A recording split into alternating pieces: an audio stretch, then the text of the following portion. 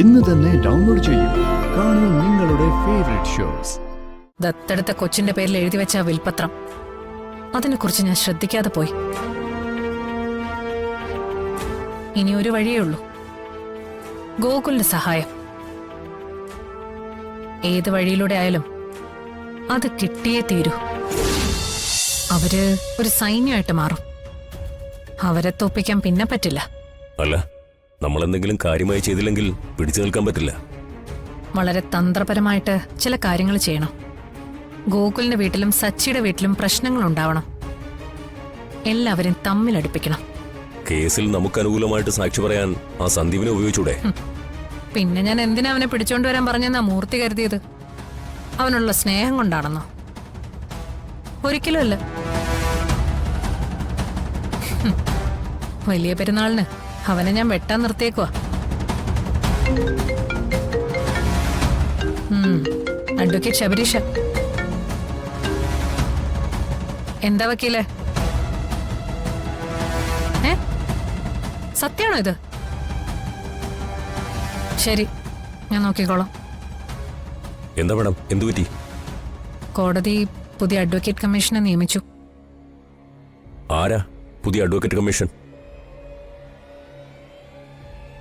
Advocate Gokul.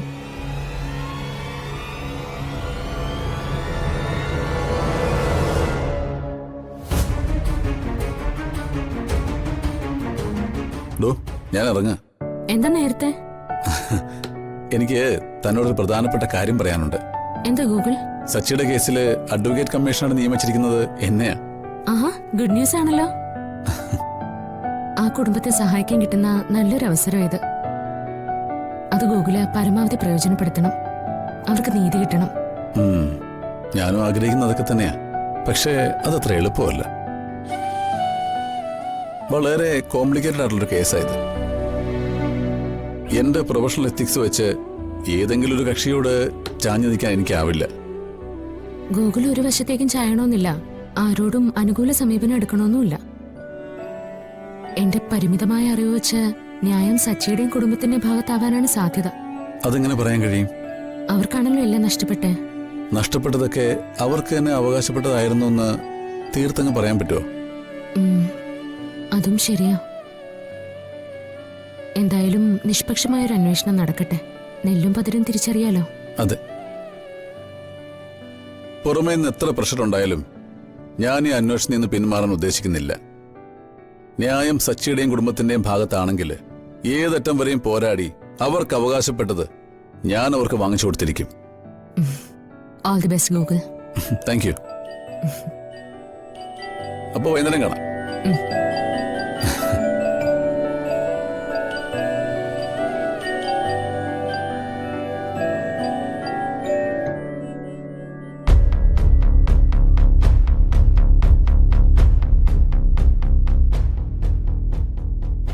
Advocate കമ്മീഷനായിട്ട് Gokul സാറിനെ വെച്ചത് നന്നായി അല്ലേ മാഡം?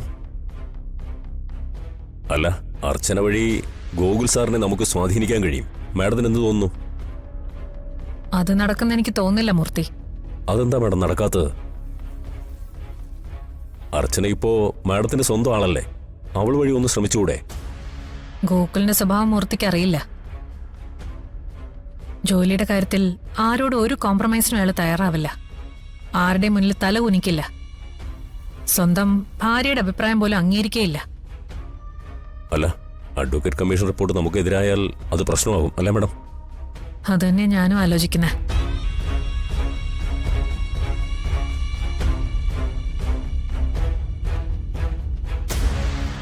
എന്തെങ്കിലും ഒരു വഴി കണ്ടുപിടിച്ചേ പറ്റൂ. എന്തായാലും നമുക്കൊന്ന് ശ്രമിച്ചു നോക്കാം മാഡം. നമുക്ക് ഗോകുൽ സാറിനെ ഒന്ന് നേരിട്ട് കണ്ടാലോ? മൂർത്തിക്കറിയില്ല. സ്വന്തം ജോലിയിൽ അയാൾ ഒരു പക്ക പ്രൊഫഷണലാണ്. കുടുംബത്തിന് വേണ്ടിയോ സ്വന്തക്കാർക്ക് വേണ്ടിയോ അയാൾ ഒരു അഡ്ജസ്റ്റ്മെന്റിനും ഇന്ന് വരെ തയ്യാറായിട്ടില്ല. അങ്ങനെയുള്ളവരെ ഡീൽ ചെയ്യുമ്പോൾ നമ്മൾ സൂക്ഷിക്കണം.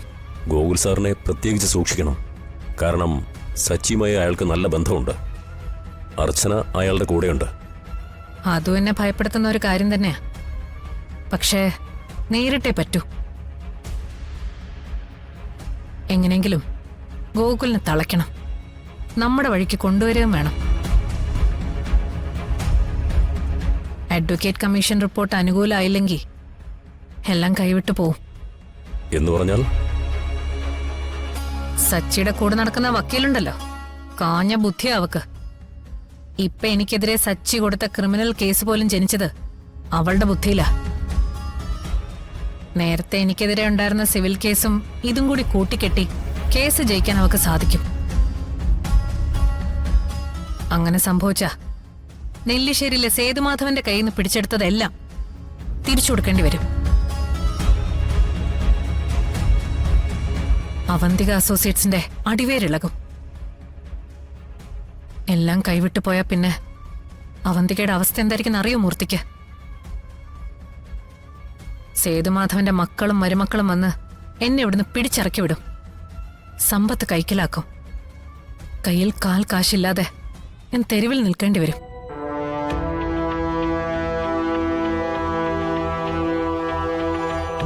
ചിപ്പിമോളുടെ പേരിൽ നമ്മൾ സ്വത്തുക്കൾ എഴുതി വെച്ചതുകൊണ്ട് ഇതിൽ നിന്ന് രക്ഷപ്പെടില്ലേ?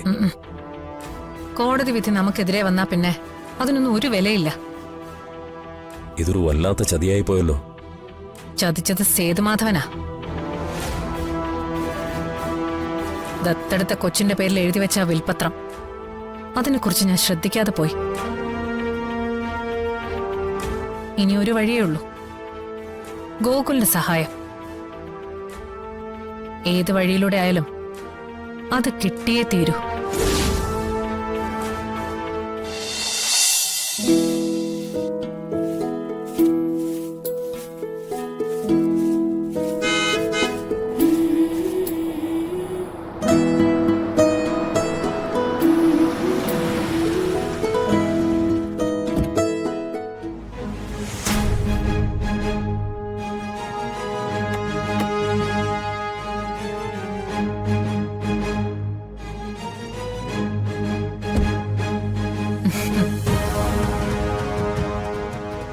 മോള് വരുന്ന കാര്യമൊന്നും വിളിച്ചു പറഞ്ഞ പോലും ഇല്ലല്ലോ.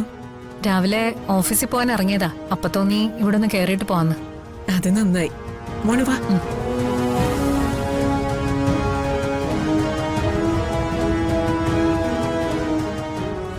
മോളിരിക്കേ.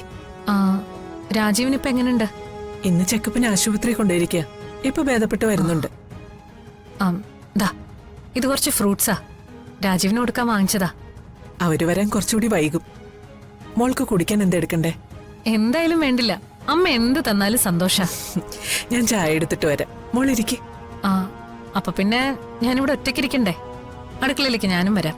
എന്നാ വാ.